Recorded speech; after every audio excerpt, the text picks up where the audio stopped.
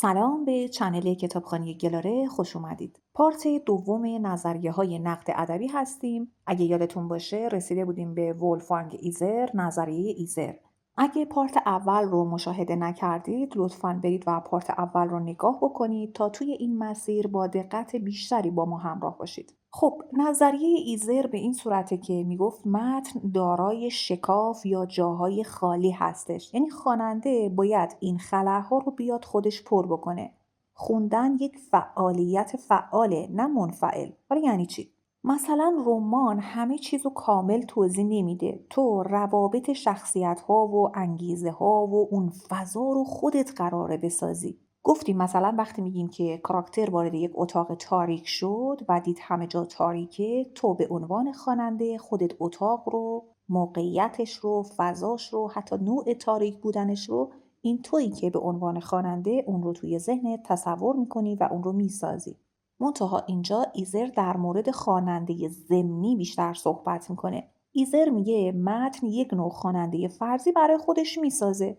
مثلا یک رمان پلیسی از تو میخواد شک کنی، حدس بزنی، دنبال سرنخ بگردی. خب تری ایگلتون هم این مکتب رو، یعنی نظریه دریافت رو، نسبت به نقل جدید پیشرفته تر میدونه، چون خواننده رو مهم میکنه، معنا رو ثابت نمیبینه اما باز هم انتقاد میکنه.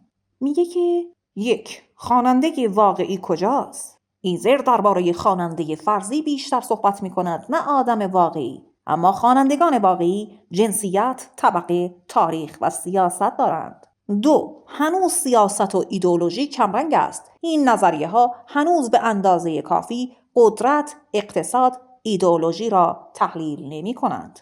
خب یه نکته‌ای که اینجا هست، ببینید توی بحث‌های پدیدارشناسی کلاً مثال اصطلاح مهمیه، به معنای یک نمونه‌ای از یک پدیده که میتونه شناخت و تجربه ما رو از کل اون پدیده شکل بده. یعنی ما با شناخت یک مثال برجسته درک و فهم کل رو به دست میاریم. نکته دوم اینه که نظریه دریافت توی نقد ادبی تأکید میکنه که معنا و تفسیر اثر ادبی صرفاً بر متن نیستش که فقط بگیم ثابت باشه روی متن، بلکه تابع تجربه دریافت کننده یعنی مخاطب یا مثلا خواننده هستش. فهم و معنا کلاً محصول رابطه زنده و جاری بین متن و مخاطبه. نکته سوم یادتون باشه اینه که هوسل میگه برای فهم هر نوع پدیدار ما به نمونه‌های مشخصی یعنی به مثال‌ها متوسل میشیم. حالا چرا؟ برای اینکه ذهن اونها رو به عنوان نمونه یا الگوی یک نوع پدیده حفظ میکنه و نگهداریشون میکنه. حالا این مثال‌ها ساختارهای درون ذهنی هستن.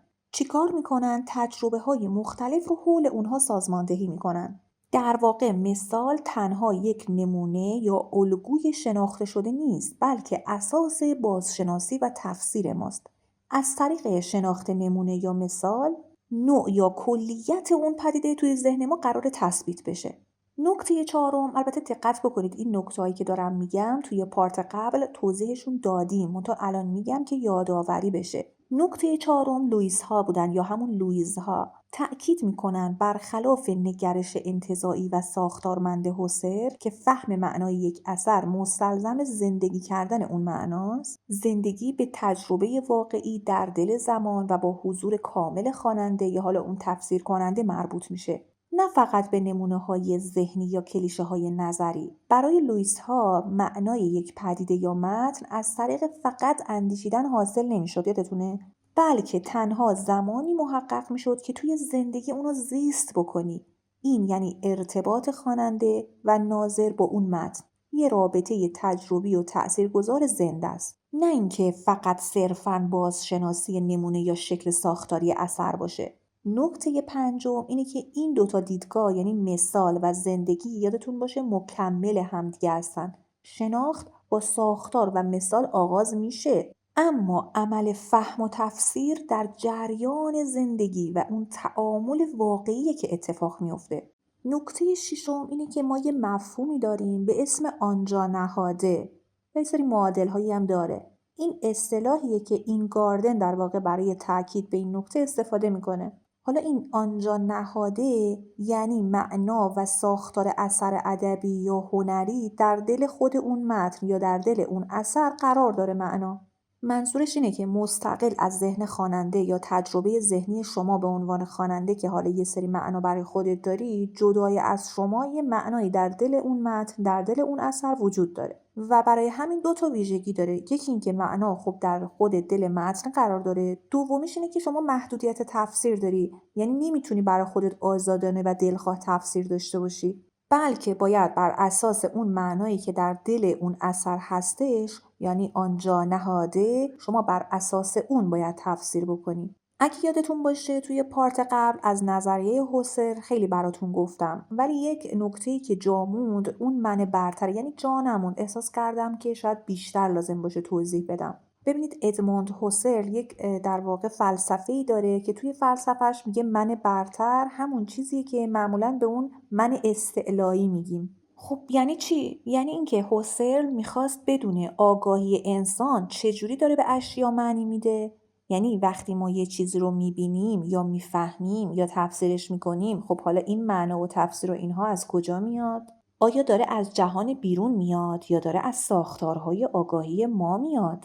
برای همین هوسرل تصمیم میگیره بیاد خود آگاهی رو تحلیلش بکنه و اینجا میگه ما دو نوع من داریم، یک من تجربی و یک من برتر.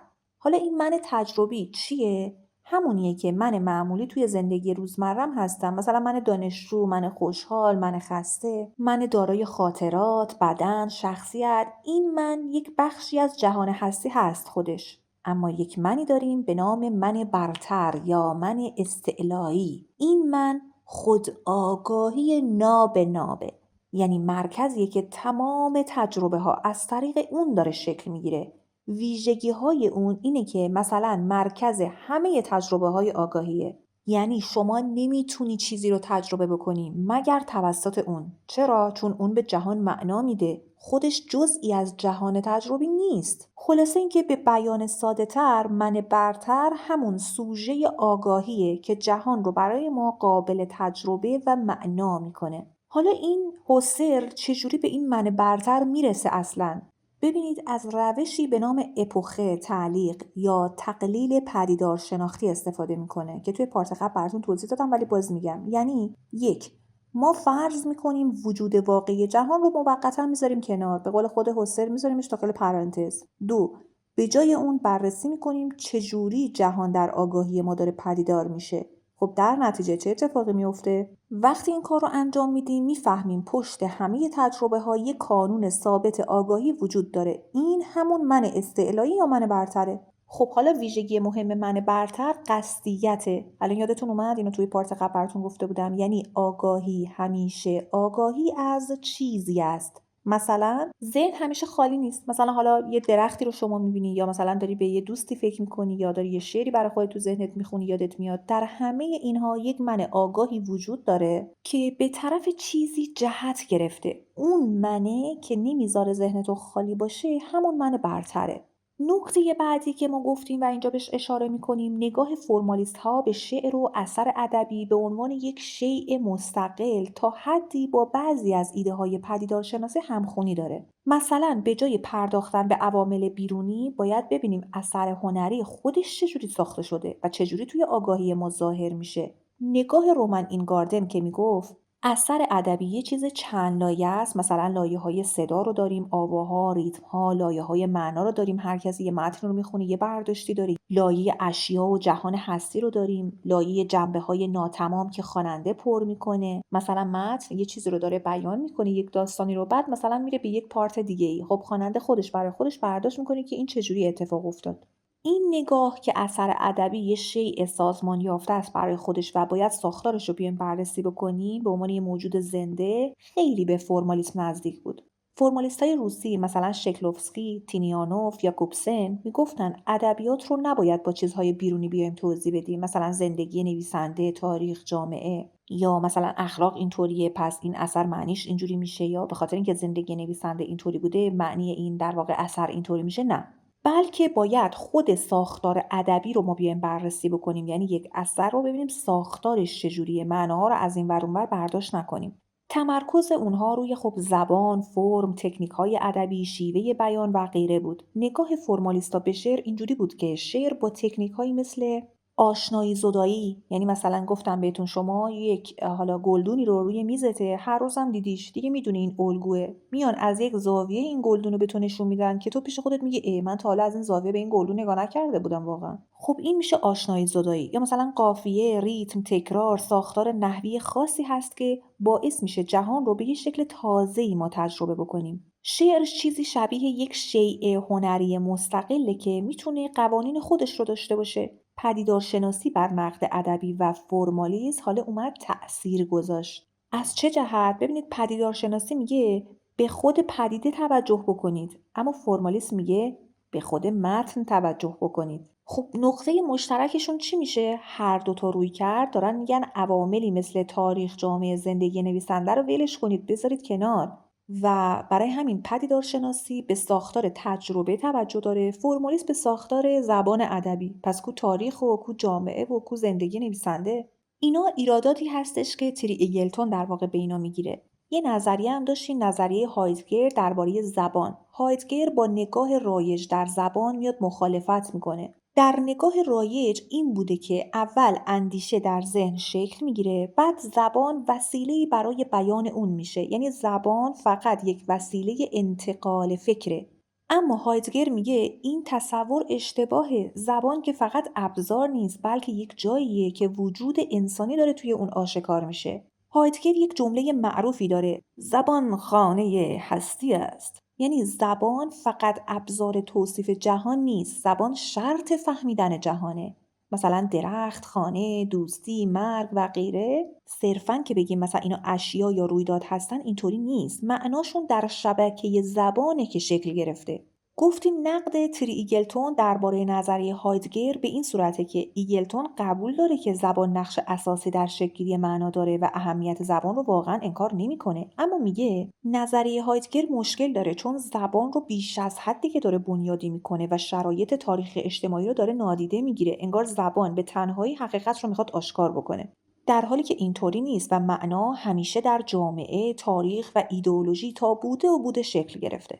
نکته بعدی مسئله معنا و تفسیره. یعنی آیا معنای متن همان چیزی است که نویسنده موقع نوشتن قصد کرده یا اینکه خواننده داره تفسیر میکنه؟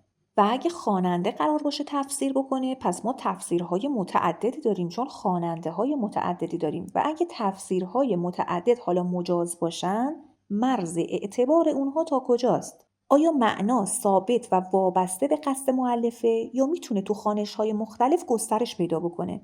بعد ما توی اینجا یک شخصی رو داریم به اسم ایده هیروش یا هیروش بزرگ، یک نظریه پرداز آمریکایی هرمنوتیک و تفسیره که میاد برای اینکه این مشکل رو حل بکنه، میاد بین دو تا چیز فرق میذاره، یکی معنا، یکی تعبیر. مثلا میگه معنا یعنی چیزی که متن نویسنده در اصل قصد کرده و متن هم داره به اون دلالت میکنه.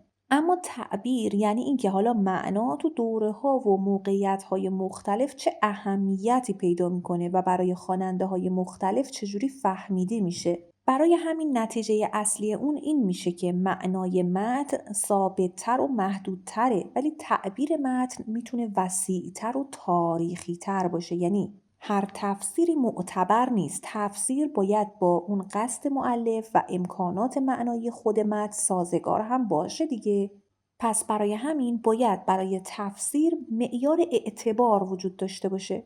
هیروش تا حد زیادی از پدیدارشناسی هوسر متأثر شده بود. البته این تأثیر از این جهت مهمه که هیروش میخواد به ساختار معنا در متن و به چیزهایی که خود متن اجازه میده توجه بکنه، نه اینکه حالا معنا رو کاملا آزاد و بی‌مرز بدونه. نقدی که تری ایگلتون میکنه اینه که این نگاه هنوز کاملا از ایده ثبات معنا جدا نشده. معنا فقط محصول قصد مؤلف نیست که، و معنا در زبان، تاریخ، ایدئولوژی و موقعیت خوانش شکل میگیره. در نتیجه هیروش حق داره که با بی‌نظمی تفسیر بخواد مقابله بکنه، اما اشتباه میکنه که بخواد اینجوری فکر کنه که قصد مؤلف میتونه معیار نهایی و قطعی معنا باشه. چون یه جای هیروش اینو گفته بود که امکان داره گاهی وقتا تفسیر صحیح یک متن رو پیدا بکنیم، اما هرگز در موضعی نباشیم که به صحیح بودن اون آگاه باشیم. تری ایگلتون هم در جواب این یه مثال جالبی میاره. میگه در رو ببند. خب این درو ببند شاید منظور طرف این نبوده که واقعا پاشو درو ببند، شاید منظورش این بوده دهنتو ببند.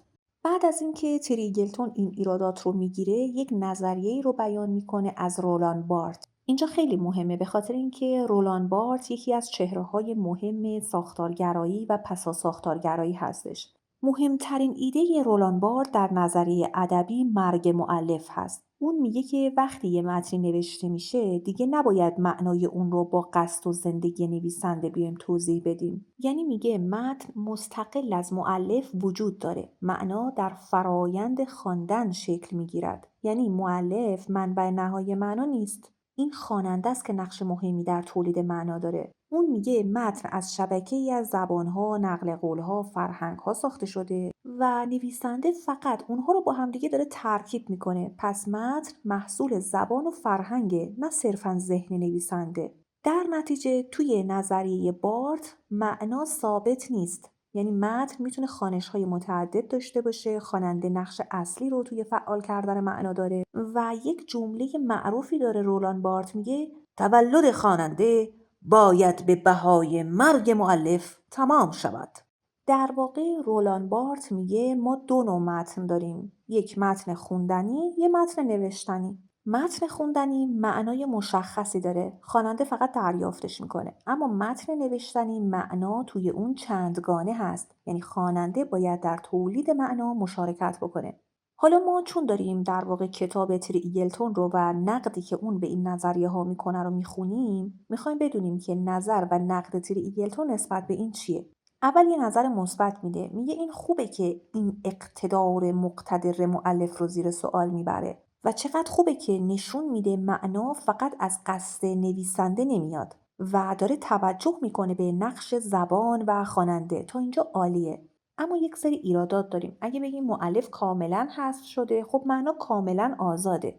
در این صورت هر تفسیری از متن ممکنه معتبر باشه. این دیدگاه میتونه نقش تاریخ، نقش جامعه، نقش ایدئولوژی رو نادیده بگیره. نقد بعدی که میگه رولان بارت در دوره بعدی کارش بیشتر به بازی‌های زبانی، لذت متن و اینها هستش، یعنی بیشتر به اینا توجه میکنه و کمتر به مسائل اجتماعی توجه میکنه. در صورتی که باید ادبیات همیشه در ارتباط با قدرت، ایدئولوژی و تاریخ قرار بگیره. دوستان اگه دقت کرده باشید تا اینجا تریگلتون هر نقدی که داره میکنه بیشتر تو این زمینه است که چرا این نظریه ها مسائل اجتماعی و اون ایدئولوژی و تاریخ رو دارن نادیده میگیرن. به این اگه دقت بکنید نقدهای تریگلتون براتون راحت میشه، چون مدام هر نظریه‌ای رو تا حالا دیدیم نقد میکنه داره میگه این چند تا چیز رو شما اصلا نمیبینید، اینکه جهان در ارتباط با قدرت، مسائل اجتماعی رو چرا نمیبینید، چرا ایدئولوژی و تاریخ رو نمیبینید، چرا اینکه تجربه انسانها رو در سیر این تاریخی که گذشته شما نمیبینید.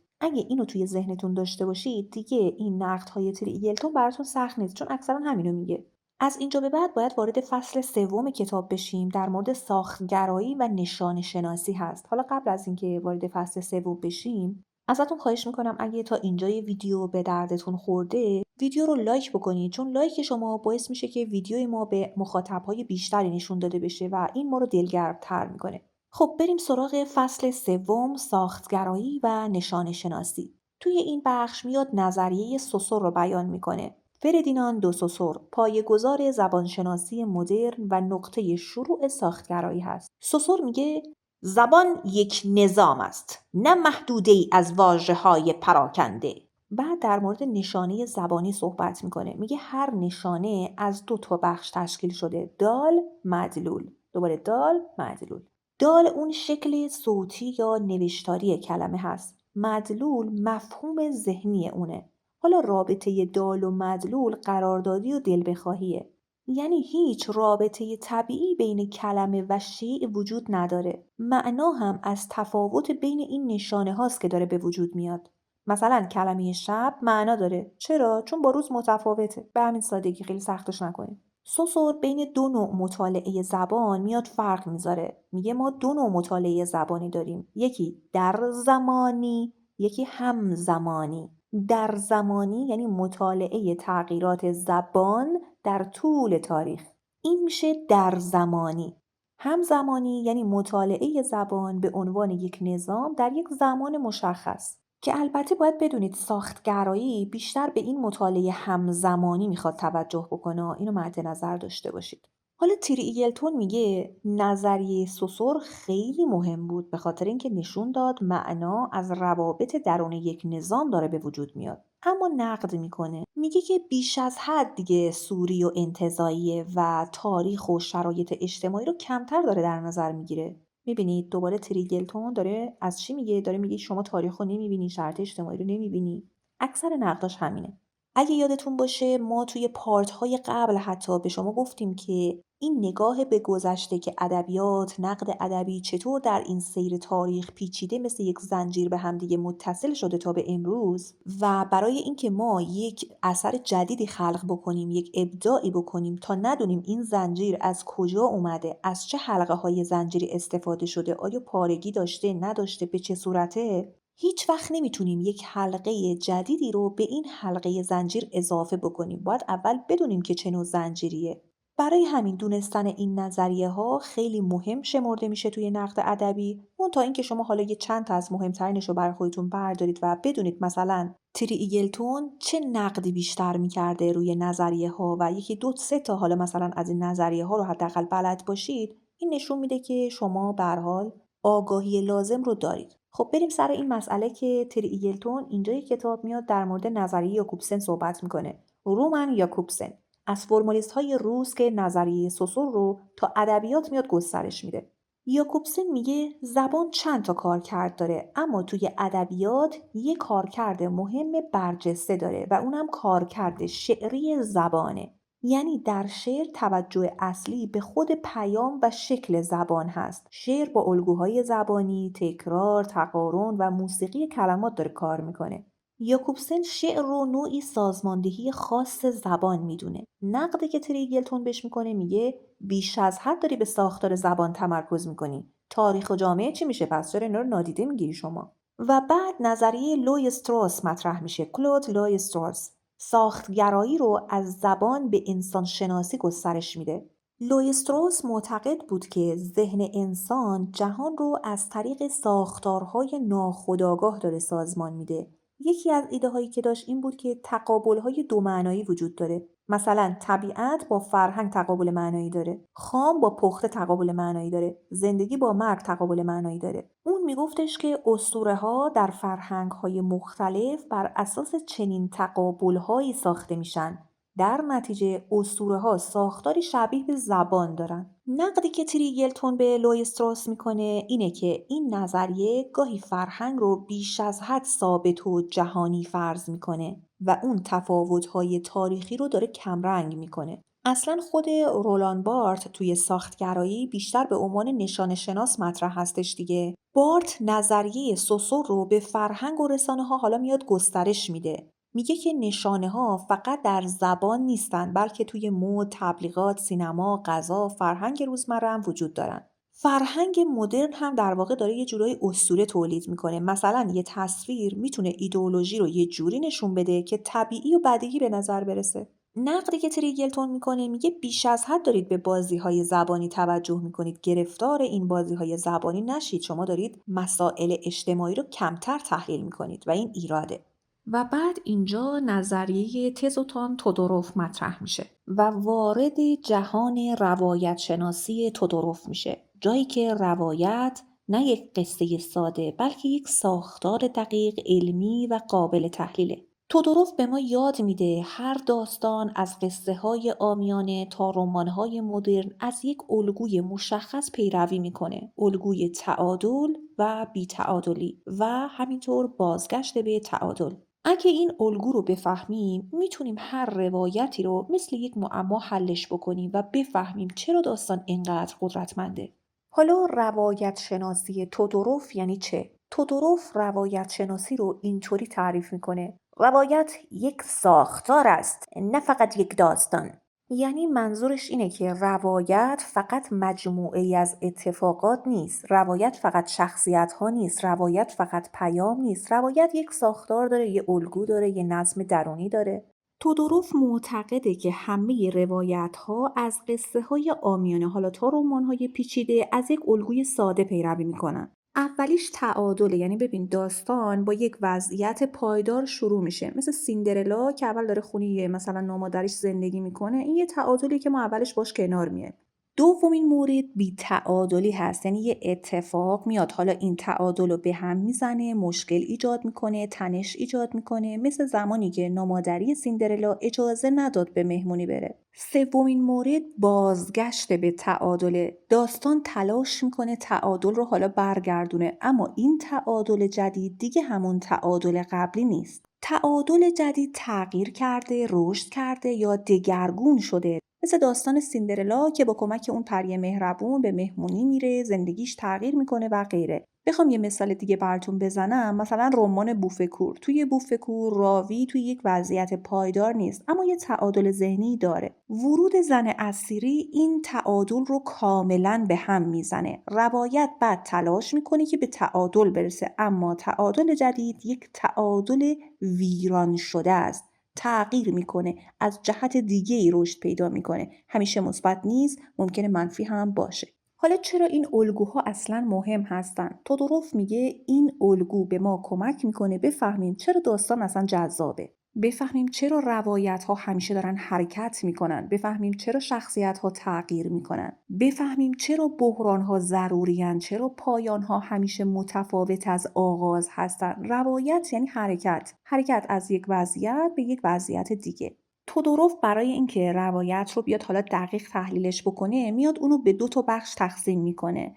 اولی داستان هست. داستان یعنی مجموعه اتفاقاتی که واقعا توی جهان داره اتفاق میفته. یعنی داستان محتواست. داستان یعنی که چه اتفاقی میفته. مثلا یک مرد عاشق میشه، جنگ شروع میشه، یه رازی فاش میشه، سفری آغاز میشه. اینها داستان هستن. دومیش گفتمانه. گفتمان یعنی شیوه روایت کردن داستان. گفتمان یعنی چگونه روایت می شود این داستان. مثلا از چه زاویه دیدی روایت میشه، زمان چجوری داره حرکت میکنه، روایت خطی، شکسته است، راویش قابل اعتماده نیست، زبان ساده است، شاعرانه است، روایت کنده، تنده. اینها گفتمان هستند. تودوروف میگه داستان اتفاقات هستند، گفتمان روایت اتفاقات. داستان ثابته، گفتمان متغیره. مثلا داستان عشق ممنوع یه داستان ثابته، اما گفتمانی که توی این داستان شکل میگیره میتونه تراژدی بسازه، کمدی بسازه، رمان عاشقانه بسازه، رمان روانشناختی یا فلسفی بسازه. داستان همونه، اما گفتمانی که شکل میگیره اون رو تغییر میده. بخوایم مثال بزنیم، مثلا رومئو و جولیت. داستان رومئو و جولیت خیلی ساده است. 2 نفر عاشق میشن، خانواده‌ها دشمنن، عشق ممنوعه، بعد یه تراژدی میشه. خب این داستانه، اما گفتمان، مثلا گفتمان شکسپیر این داستان رو تبدیل میکنه به شاهکار. مثلا زبان شاعرانه، مونولوگ‌های طولانی، ریتم‌های تند و کند، صحنه پردازی، دیالوگ‌های عاطفی، ساختار تراژیک. داستان ساده است اما گفتمانش پیچیده است. خب نظریه تودوروف خلاصش اینه که ببینید تودوروف تلاش کرد برای ادبیات یک دستور یا گرامر پیدا بکنه. اون میگفت آثار ادبی دارن از الگوهای ساختاری مشخصی پیروی میکنن. به هر حال نقدی که تریگلتون بهش میکنه اینه که میگه خوبه که ادبیات رو داره به صورت علمی و نظاممند مطالعه میکنه، اما مشکل اینه که همچین روی کردی ممکنه تفاوت‌های تاریخی و اجتماعی آثار رو نادیده بگیره. بعد در مورد نظریه پردازی به نام ژرار ژنت صحبت میکنه. میگه ببینید نظریه ژنت که یکی از مهمترین نظریه پردازان ساختار روایت هست، ایشون خلاصش اینه که ژرار ژنت روایت رو به اجزای ساختاری تحلیل میکنه، مثل زمان رویداد، ترتیب رویدادها، فاصله روایی، دیدگاه یا زاویه دید. هدف اون این بود که ساختار روایت رو به طور دقیق یا طبقه بندی بکنه. نقدی که تریگلتون بهش میکنه میگه علاوه بر این که ابزارهای مفید برای تحلیل داستان فراهم میکنه، اما این نوع تحلیل بیشتر ساختار متن رو داره بررسی میکنه. خوبه ها، ولی فقط به درد بررسی اون ساختار متن میخوره و کمتر داره به زمینه تاریخی و اجتماعی توجه میکنه. این نکته رو در نظر داشته باشید. ایگلتون میگه ساختگرایی چند ایده مهم به نقد ادبی میده. اول اینکه ادبیات رو میتونه به عنوان یک نظام نشانه ها مطالعه بکنه. دوم اینکه معنا از روابط بین عناصر به وجود میاد، نه از عناصر جداگانه. و سوم اینکه فرهنگ و ادبیات دارای ساختارهای پنهان هستن. کاری به این مسائل نداره. نقدی که میکنه اینه، میگه بیش از حد دارید حالا انتزاعی تصورش میکنید، تاریخ، سیاست، جامعه توش کمرنگه. توی ادبیات باید علاوه بر ساختار زبان، ایدئولوژی و شرایط اجتماعی رو در نظر بگیرید، وگرنه من به همتون نقد میکنم. یه مفهومی هستش از سوسور که توی ساختگرایی خیلی مهمه. لانگ و پارول. تمایز لانگ و پارول خیلی مهمه. ببینید لانگ نظام کلی زبانه، یعنی مجموعه قواعد و ساختاری که زبان رو ممکن‌تر میکنه. مثلا قواعد دستوری زبان فارسی خودمون باعث میشه زبان برای ما ممکن‌تر باشه.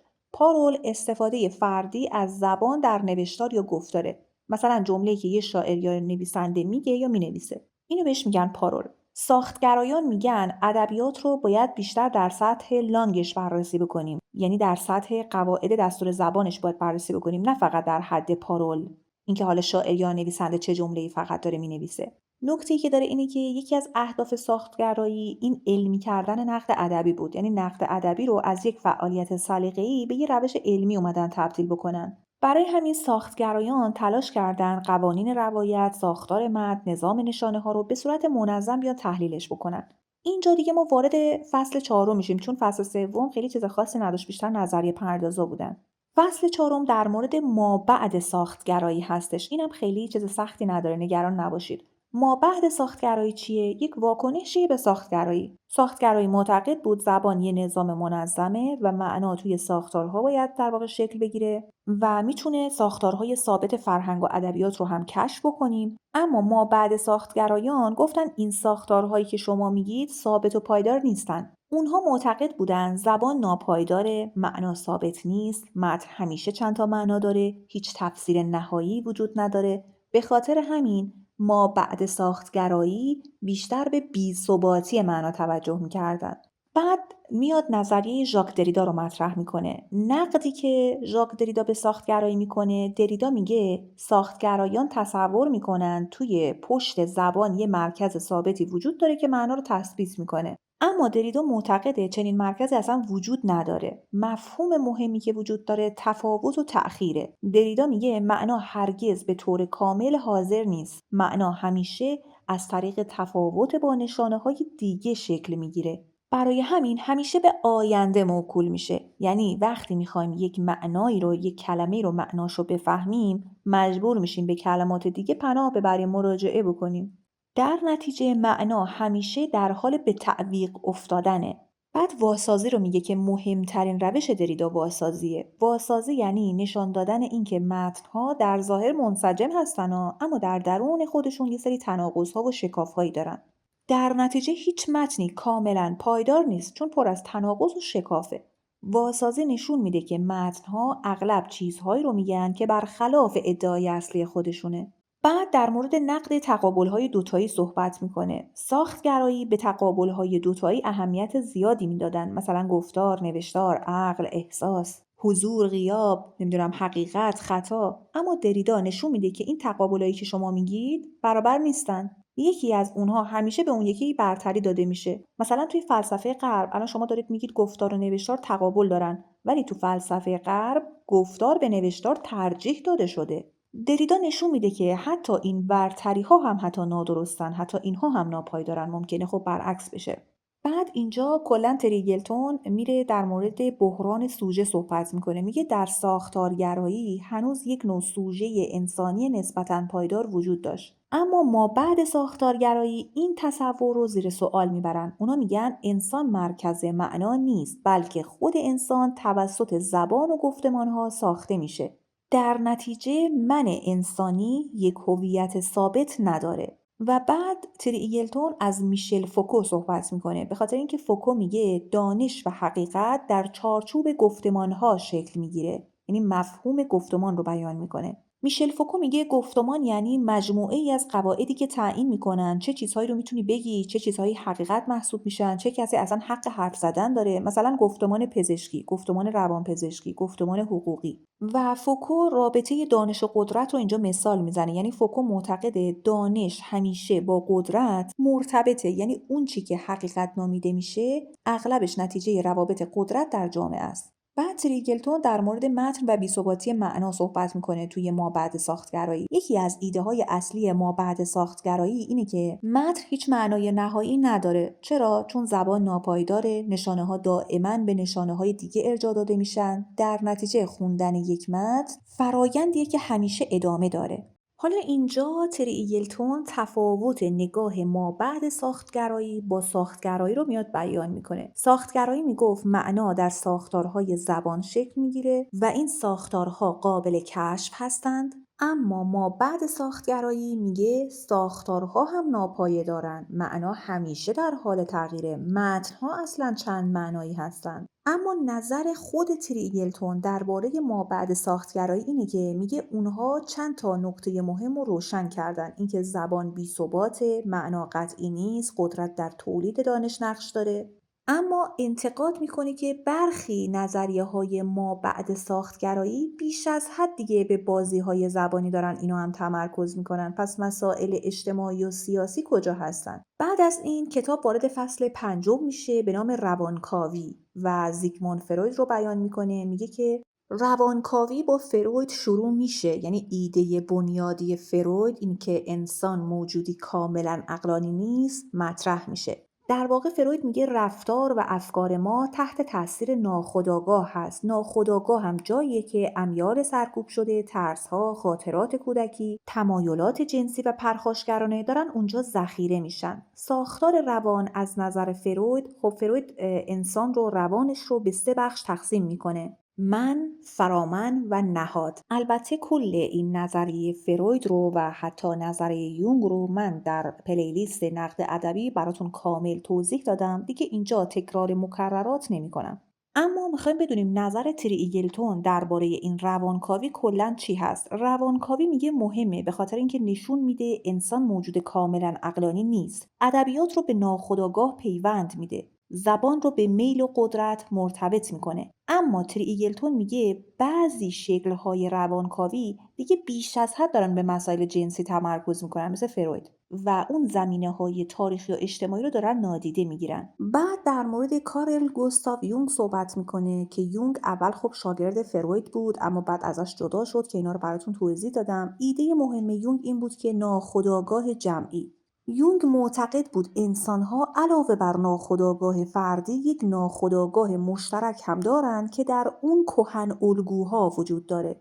مثلا قهرمان، مادر، سایه، پیر خردمند، این الگوها در ادبیات و اسطوره‌ها دارن تکرار میشن. تریگلتون اشاره میکنه که خب نظریه یونگ توی نقد ادبی بله خیلی تاثیر گذاشته، مخصوصا توی تحلیل اسطوره‌ها، اما اون معتقده این نظریه گاهی وقتا بیش از حد دیگه داره جهانی و غیر تاریخی در واقع نگاه میکنه. بعد از این تریگلتون در مورد ملانی کلاین صحبت میکنه که یک روانکاوی هستش که بیشتر بر روان کودک میاد خودش رو متمرکز میکنه. ملانی کلاین معتقد بود خیلی از ساختارهای روانی در سالهای خیلی اولیه کودکی شکل میگیره. یکی از ایده های مهم ملانی کلاین نقش رابطه کودک با مادر در شکل‌گیری روانشه. توی نقد ادبی نظریه ملانی کلاین باعث شد توجه به اضطراب، پرخاشگری، روابط اولیه عاطفی بیشتر بشه. بعد در مورد لوی آلتوسر صحبت میکنه. از لاکان خیلی میگه تأثیر گرفته. مفهوم مهم آلتوسر اینه که سوژه شدن انسان توسط ایدئولوژی. آلتوسر میگه افراد تصور میکنن آزادن، اما در واقع توسط ساختارهای ایدئولوژی که یک جامعه شکل دارن میگیرن. ایده سوژه در آلتوسر خیلی شباهت زیادی به همون نظریه سوژه در لاکان داره.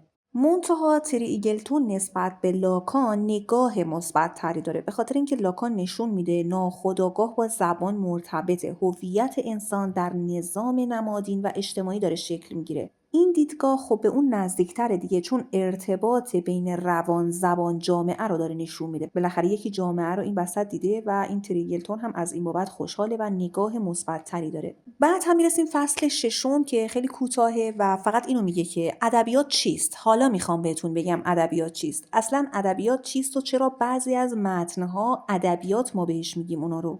ایده اصلی اون اینه که ادبیات یک ویژگی ذاتی در متن نیست. چیزی که باعث میشه یک متنی ادبیات محسوب بشه نحوه خوندن و جایگاه اون در جامعه است. اصلا کل این کتاب در واقع نوشته شده بود برای اینکه همینو بگه، یعنی مرز بین ادبیات و غیر ادبیات ثابت نیست. این مرز در طول تاریخ تغییر میکنه. نهادهای فرهنگی مثلا دانشگاه‌ها، منتقدان، نظام آموزشی، ایدئولوژی‌ها، اینها تعیین میکنن چه چیزی ادبیات محسوب بشه. ادبیات یک مقوله تاریخی و اجتماعی هستش، نه یک ذات ثابت. در نتیجه ادبیات یک ماهیت ذاتی و ثابت توی متن‌ها نیست و تعریف ثابت و قطعی هم برای ادبیات وجود نداره. خب به بخش پایانی کتاب پیش درآمدی بر نظریه ادبی رسیدیم، ترجمه عباس مخبر و نویسنده تریگلتون. امیدوارم که لذت برده باشید. اگر نظری دارید، اگر کتابی هست که دوست دارید در موردش بیشتر بدونید،